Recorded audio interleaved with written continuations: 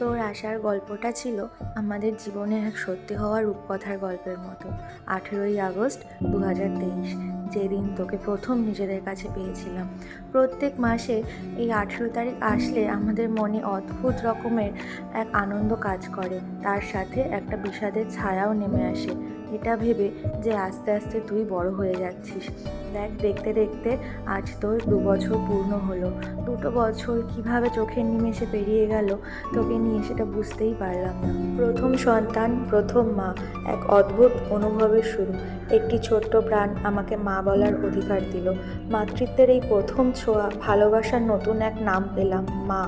আর বুঝলাম ভালোবাসা আসলে ছোট্ট একটা মুখের হাসিতেই লুকিয়ে থাকে।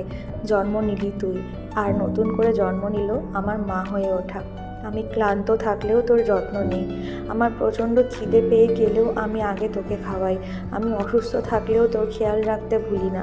আমি রাতের পর রাত না ঘুমিয়ে তোর যত্ন নিই, কারণ তুই আমার। তোর আগমনে আমার পৃথিবীর নতুন আলোয় ভরে উঠেছে, নতুন কোলের ঘ্রাণ, নিষ্পাপ চোখের দৃষ্টি, ভালোবাসার এক নতুন অধ্যায়।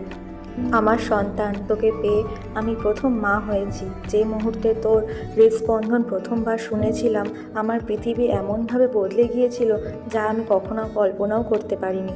তুই আমাকে শিখিয়েছিস সেই শক্তি যা আমার ছিল বলে আমি জানতাম না, সেই ধৈর্য যা আমার প্রয়োজন হবে বুঝিনি, এবং এক গভীর ভালোবাসা যা আমার পুরো অস্তিত্বকে নতুনভাবে গড়ে তুলেছে। তোর সঙ্গে আমি সব কিছু প্রথম স্বাদ পেয়েছি। তোর ছোট্ট লাথি, তোর প্রথম কান্না, তোর হাসি, আর তোর সেই সব দীর্ঘ নিদ্রাহীন রাত, যা এক অদ্ভুত মায়াবী অনুভূতি এনে দিত। এবং এক অবিস্মরণীয় মুহূর্তে আমি বুঝতে পারলাম তোকে সারা জীবন সীমাহীন ভালোবাসবো আমি। জীবন আমাদের যেখানেই নিয়ে যাক না কেন, তুই সবসময় এই আশ্চর্য যাত্রার শুরু। তুই আমাকে নিখাদ ভালোবাসার অর্থ শিখিয়েছিস, তুই আমাকে মা বানিয়েছিস, আর এজন্য আমি তোকে চিরকাল ভালোবাসবো এবং আগলে রাখবো। এ কথা কখনো ভুলে যাস না। আমি তোকে জীবন দিয়েছি, কিন্তু সত্যি বলতে তুই আমাকে জীবন দিয়েছিস। তোর সঙ্গে কাটানো প্রতিটি দিন ভালোবাসা আর আনন্দে ভরা একটি উপহার আমার কাছে। তোর হাসি আমার পৃথিবী আলোকিত করে, আর তোর পাশে কাটানো প্রতিটি মুহূর্ত আমার জন্য এক আশীর্বাদ, যার জন্য আমি গভীরভাবে কৃতজ্ঞ। তুই আমার বেঁচে থাকার কারণ, আমার শক্তি এবং আমার অনুপ্রেরণা। আমার জীবনকে স্বপ্নের মতো করে তোলার জন্য ধন্যবাদ। আমি তোকে এমনভাবে ভালোবাসি যা ভাষায় প্রকাশ করার মতো নয়। একটা নতুন মা মানে শুধু মা হওয়া নয়, নিজেকে একটু একটু করে হারিয়ে ফেলা। একটা সময় সে নিজের জন্য সাজতো, আয়নায় হাসতো, বন্ধু বান্ধবদের সঙ্গে আড্ডা দিত, নিজের ছোট ছোট ইচ্ছেগুলোতে বাঁচত। আর এখন সে সারাদিন একা, চারিদিক নীরব, শুধু কান্নার শব্দ।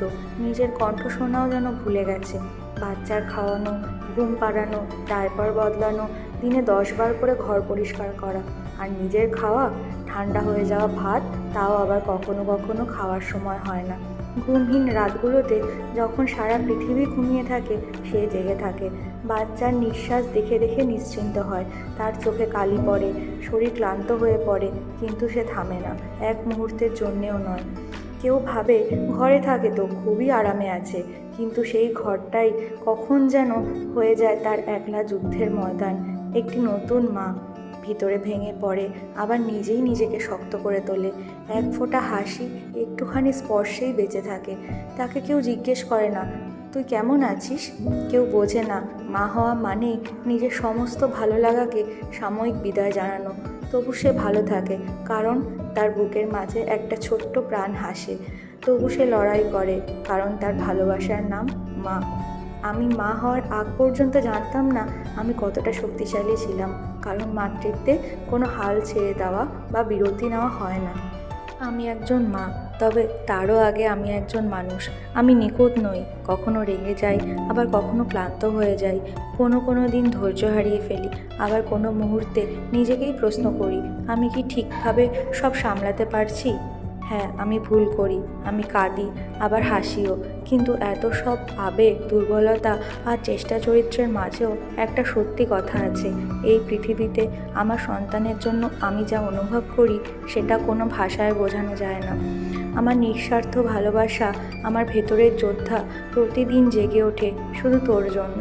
আমি হয়তো পারফেক্ট মা নই, কিন্তু আমার সন্তানের জন্য আমিই পৃথিবীর সেরা মা। কারণ আমার মতো আর কেউ তোকে এতটা ভালোবাসতে পারবে না। কারণ আমার মতো আর কেউ তোর প্রতিটি কান্না, হাসি, অভিমান বা নিঃশব্দ চাওয়া এত গভীরভাবে অনুভব করতে পারবে না।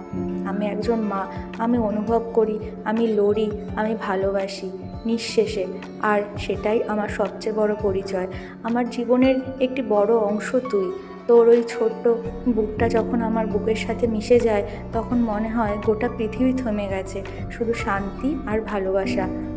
মা হওয়া মানে কেবল জন্ম দেওয়া নয়, বরং প্রতিদিন একটু করে নিজেকে হারিয়ে দিয়ে সন্তানের মুখে হাসি ফোটানোর জন্য। তোর ওই ছোট্ট হাত দুটো যখন আমার গলা জড়িয়ে ধরে, তখন পৃথিবীর আর কোনো কিছুর দরকার হয় না। সেই আলিঙ্গনের উষ্ণতায় সব দুঃখ, ক্লান্তি, কষ্ট গলে যায়। একটি মা সন্তানের বন্ধন এমনই, যেখানে শব্দের চেয়েও অনুভূতি অনেক বড়, আর ভালোবাসা সব কিছুর ঊর্ধ্বে।